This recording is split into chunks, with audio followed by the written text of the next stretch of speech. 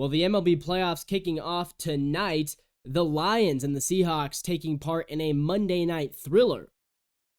And we also will be discussing some college football and a special pre-playoffs MLB power rankings. All that and more right here on Coast to Coast Sports. My name is Levi, but we start with the Monday Night Football. How about that game, man? 2 games. One was great. One was awful. The Dolphins-Titans was unwatchable. The Titans ended up pulling away in the second half. They scored like 30 points for the first time. We'll get to that in a sec. But Detroit and Seattle, that looks like a good game. I wasn't sure what to think about Seattle. I think they proved a lot in that loss. They proved that they can be a resilient offensive team. Both of their defenses kind of scare me because they both give up a lot of points, but Seattle's very injured up front. I mean, Seattle was missing 5 starters, 4 of them on their D-line. So that could explain why they struggled to stop the run in the red zone. Jared Goff, though, it was the big story. 18 for 18. 2 touchdowns, 239 yards, I believe.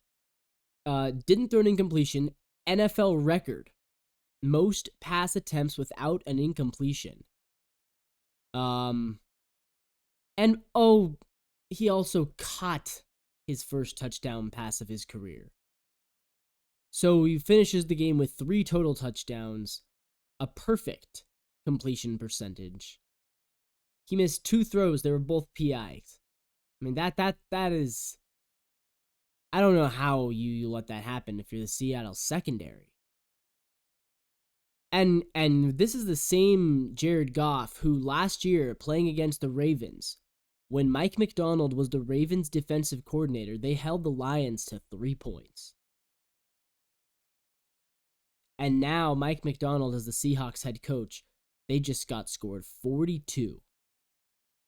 So a bit of a revenge factor there. I don't know how much the coordinator really matters to the opposing players, but is that wild? Like, the same coordinator a year ago with a different team shut down Jared Goff, made him look awful. He played his worst game of the season last year, was against the Ravens defense with Mike McDonald as their coordinator.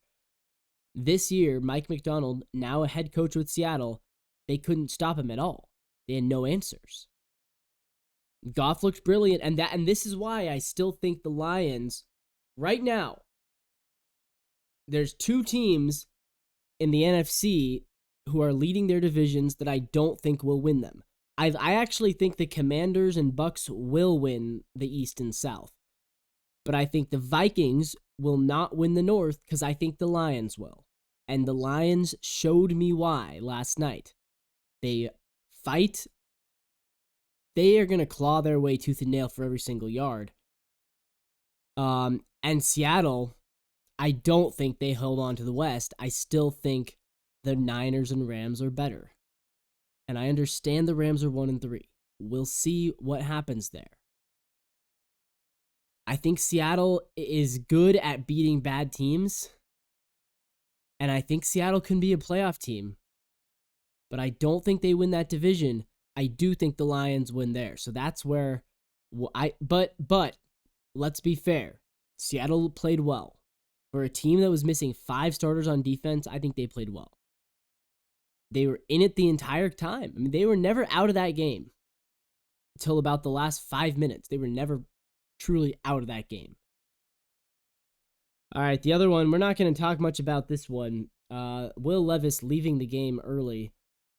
So it was Mason Rudolph against Tyler Huntley. If I was Tennessee, I'd probably start Mason Rudolph the rest of the year. He looked much more competent than Will Levis has ever looked because he doesn't turn the ball over, and he got that from his time in Pittsburgh. I mean, Rudolph doesn't give you much, but he's not going to turn the ball over, which is something that Will Levis is usually good for, about 1 turnover per quarter. Tyler Huntley didn't play all that well either. Titans ended up running away with it. TJ Spears and Tony Pollard had a nice little second half. Titans scored 31. First time they've scored 30-plus points since 2021. back when Ryan Tannehill was their quarterback and A.J. Brown was their leading receiver. Weren't those the good old days, huh? Back when the Titans were actually good, when Derrick Henry. Been a while, but they do win their first game of the season, and that leaves only one winless team left in the league. There's 2 undefeated teams, Chiefs and Vikings, and there is one winless team, which is the Jacksonville Jaguars. It's only week 4. It's not even, today's October 1st. I mean, that's pretty impressive that every team other than one won a game in September. And it does show some parity. And we're going to start seeing pretty soon here, probably starting this week, there's going to be a lot less upsets, right? September, there's always a bunch of upsets because everybody's healthy. And when you're all in full health, it's a lot closer than we think, right? When every team's defense is healthy, those even the great quarterbacks are going to struggle early in the season against a fully healthy defense. And so you see teams that you don't think are all that good holding great quarterbacks to fewer points. Also, there's a preparation factor. Guys don't play as much in the preseason. Veterans are a lot more fresh in September. So again, older teams oftentimes can look more competitive earlier in the season. And so there's always a bunch of upsets in September. And then in about October, when teams start to break away, the upsets start to go away. Because all of a sudden, guys start getting hurt, and all of a sudden we see the good teams overcome the injuries. And particularly the good quarterbacks overcome the injuries. The bad teams, the bad quarterbacks, can't overcome the injuries. So in October, November, the good teams are locked in. They're fighting for position. And the bad teams are always pretty banged up. They can't overcome the injuries. And eventually, when you start accumulating losses, there is a mental factor as well, where when you're 1-2 or 2-2, even if you're a bad team, you can still win a game. You know, guys don't think about it like that. They're just trying to win. But once you're 1-4 or 2-5, the mental side of the game starts to get tough. So we're going to start seeing the upsets go away, and we're going to start seeing teams like Tennessee and Miami lose every single week. And then the upsets will come back. Don't worry. If you like upsets, stay tuned for December, right? September and December are the months with all the upsets. Nobody gets upset in October because all the good teams are locked in. December, they start taking the bad teams lightly. And by December, there's so many guys hurt that it's just a toss-up at that point. So in December and September is when all the upsets are happening. So get ready for a lot of favorites to start winning and covering, and a lot of home favorites to win in the next couple of weeks. I think that's what we're going to see here. Dolphins won't be favored much. They need Tua back. They really do. All right, I said I would give you guys, it's my special playoff edition of the MLB Power Rankings. Only the playoff teams now are ranked. Everybody else is ranked in order of record. And to be fair, the playoff teams are also kind of just ranked in record. Dodgers at 1, finished with the best record in the league. Phillies 2, Yankees 3. How about the Padres? Getting all the way to number 4, where they finished the season. Milwaukee at 5. Cleveland, the number 2 team in the AL, at 6th. Baltimore bouncing back with a nice little finish in 7th. Atlanta, shout out to the Braves. A week ago, I didn't think they'd be here. They're in the playoffs. They're number 8. Mets at 9. D-backs at 10, eliminated. Houston, 11.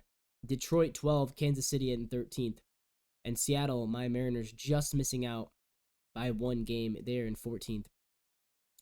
So that's my playoff power rankings. Not a huge change in these lists. Minnesota continues their fall. They were 7th 2 weeks ago. No, 3 weeks ago they were 7th. They went from 7 to 11 to 14 to 17 in 3 weeks. What a fall off for them. All right, so this will be fun. Let's predict the playoffs. I can't do the bracket because it's closed already. It's locked. Baltimore, Kansas City. Baltimore, I think, wins this. Kansas City has been struggling. They are getting Vinny Pasquantino back for this series, but he's coming off of a broken thumb. I think Baltimore has more firepower on offense. I love me some Salvador Perez. I love me some Bobby Witt Jr. I would root for the Royals. I'm going to root for the Royals, but I think Baltimore is the better team. Astros, Tigers, again, I have to go with Houston simply based off of the playoff experience. Tigers have had a really fun run, but give me Houston to take down the baby Tigers. So it'll be Houston against Cleveland, Baltimore, New York. That's, I think, what the matches that we're moving towards. And I'll take the two teams with the better records. I'll take the Yankees and I'll take the Guardians. Look, Cleveland has a lot of talent, and Houston struggled. Even when they got hot in August, right? And then in September, they kind of just floated into the playoffs to like a 500 record in September. I don't know if I think the Astros are making a deep run this year.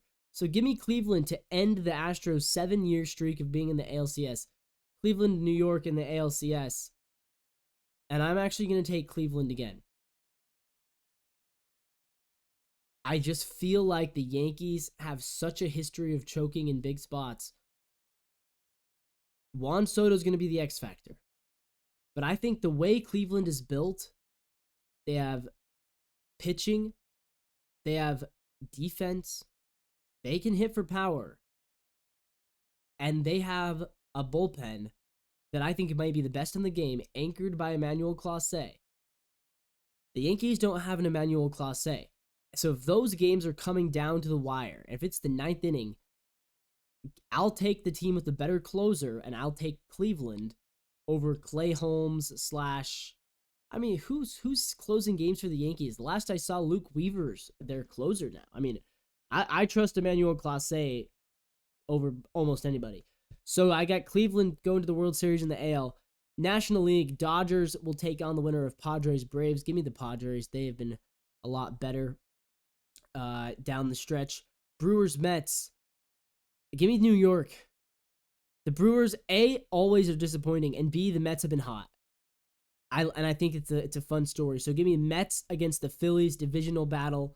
Padres Dodgers, another divisional battle. So we're gonna get to see 3 out of 4 ALDS series be divisional battles because the Yankees Orioles as well. Dodgers Padres, dude. I want the Padres to win. I'll be rooting for the Padres, but I'm gonna pick the Dodgers. And likewise, I'm gonna pick the Phillies to stop the Mets' momentum. So we get the Phillies, get the Dodgers going at it. And I'll take the Dodgers. I think that they are the most stacked team in the league. Dodgers go to the World Series against Cleveland. And look, I'm not saying the MLB is scripted, but it would be the greatest ending to the script for Ohtani to win the World Series after going on the 50-50 season with the Dodgers. And that's exactly what I'm going to predict. Dodgers win the World Series. They beat the Guardians in 6. Dodgers in 6 over Cleveland. That's my prediction right now. We'll see if it changes. Probably will. All right, I got to give a shout out to my boy, Jose Ramirez.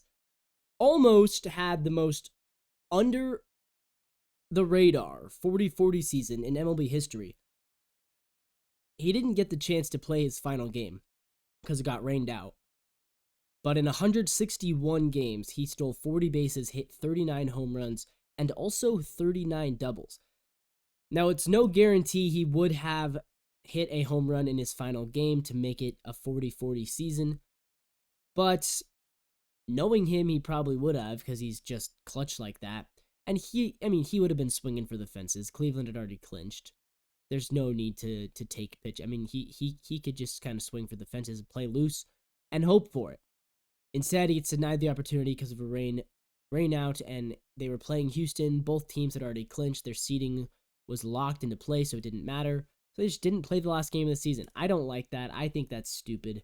Can you imagine if like the A's and Angels just stopped playing the games in early September because they were both out of it? That's stupid. I think every team should play 161. But either way, shout out to Jose Ramirez. Because I think even if he had, He was chasing 40-40 and nobody was paying attention at all. Everyone was all in on Shohei and everyone was all in on Judge for hitting 58 bombs. And to be fair, that's legendary stuff. But J-Ram continues to build the narrative as the most underappreciated star in the league, and he is a star. And at some point, I'm going to be releasing my updated Diamond Club edition of my top players in the MLB. He's been in my Diamond Club for a long time, and he is still in it. Most underappreciated star in the league. Never gets recognized. Doesn't matter. He's going to beat you when it counts.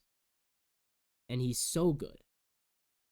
Had he gone 40-40, it would have been the least celebrated 40-40 in the history of baseball. Nobody would have cared. Like, that's a 40-40 season. That's a big freaking deal. He just pulled off the 39 doubles, 39 homers, 39 steals. How rare is that? Pretty darn good stuff for Jose Ramirez and the Guardians, who I am rooting for, by the way, in the AL. I've got Cleveland and Kansas City. Those are my teams in the AL this year. And the NL, Padres and Braves are my teams. So that's who I'm rooting for to win. Of course, I picked them to lose the World Series to the Dodgers, but I pick with my head. I root with my heart.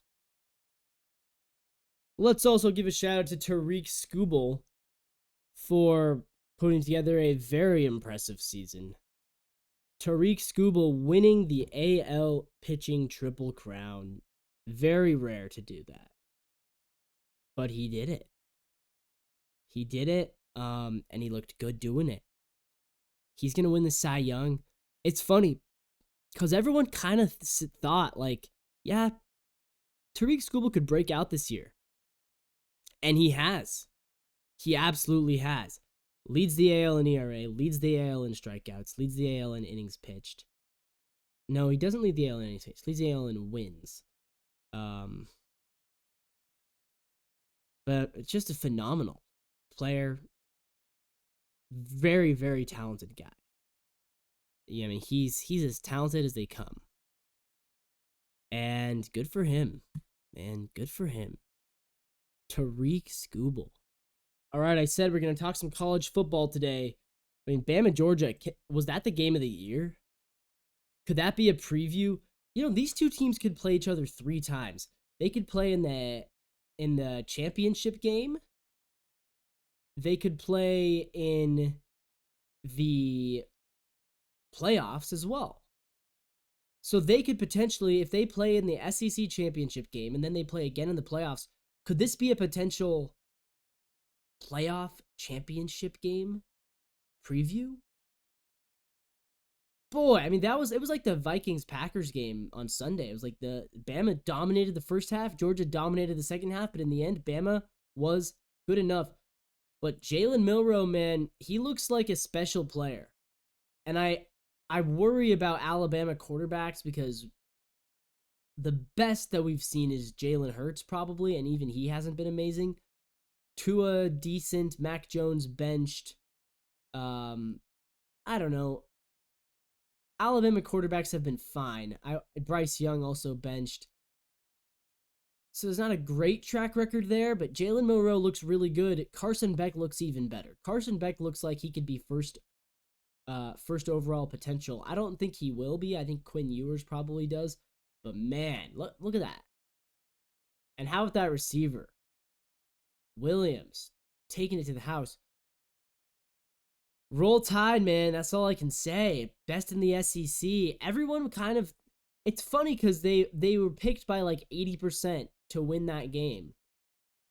Even though they were ranked lower. And it's like, if you all thought they were going to win, then why did you rank them lower? I'll never understand that. But good for them, man. That's a big win. And they always seem to beat Georgia when it counts.